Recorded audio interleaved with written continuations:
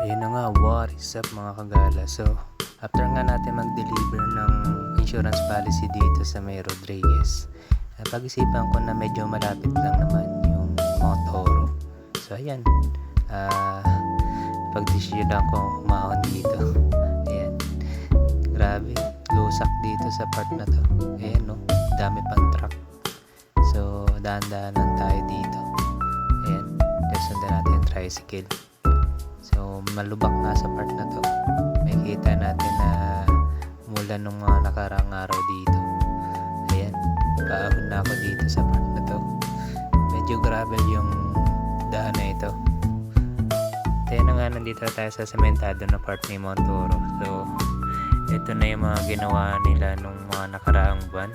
Ayan, papunta na tayo dito sa may part ng mansion.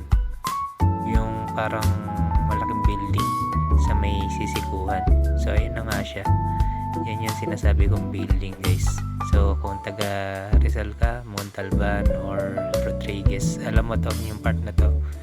Dito yung malupit na siko.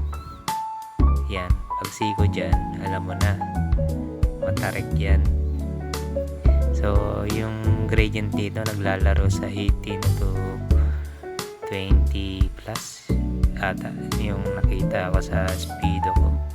So ayan, grabe yun, tarik. So isa pa dito sa mahirap sa part na to, ito yung pinakamatarik eh.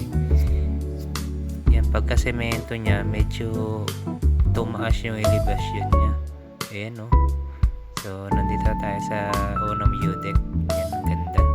So, makikita nyo yung part ng Montalban dyan sa baba. Ayan, napakaganda. So, tanggal agad yung pagod ko dito. So, ayun guys, naputol ulit yung sementadong daan. Nandito na tayo sa trail side ni Mount Oro. So, watch out for part 2. Salamat sa panonood. Ciao!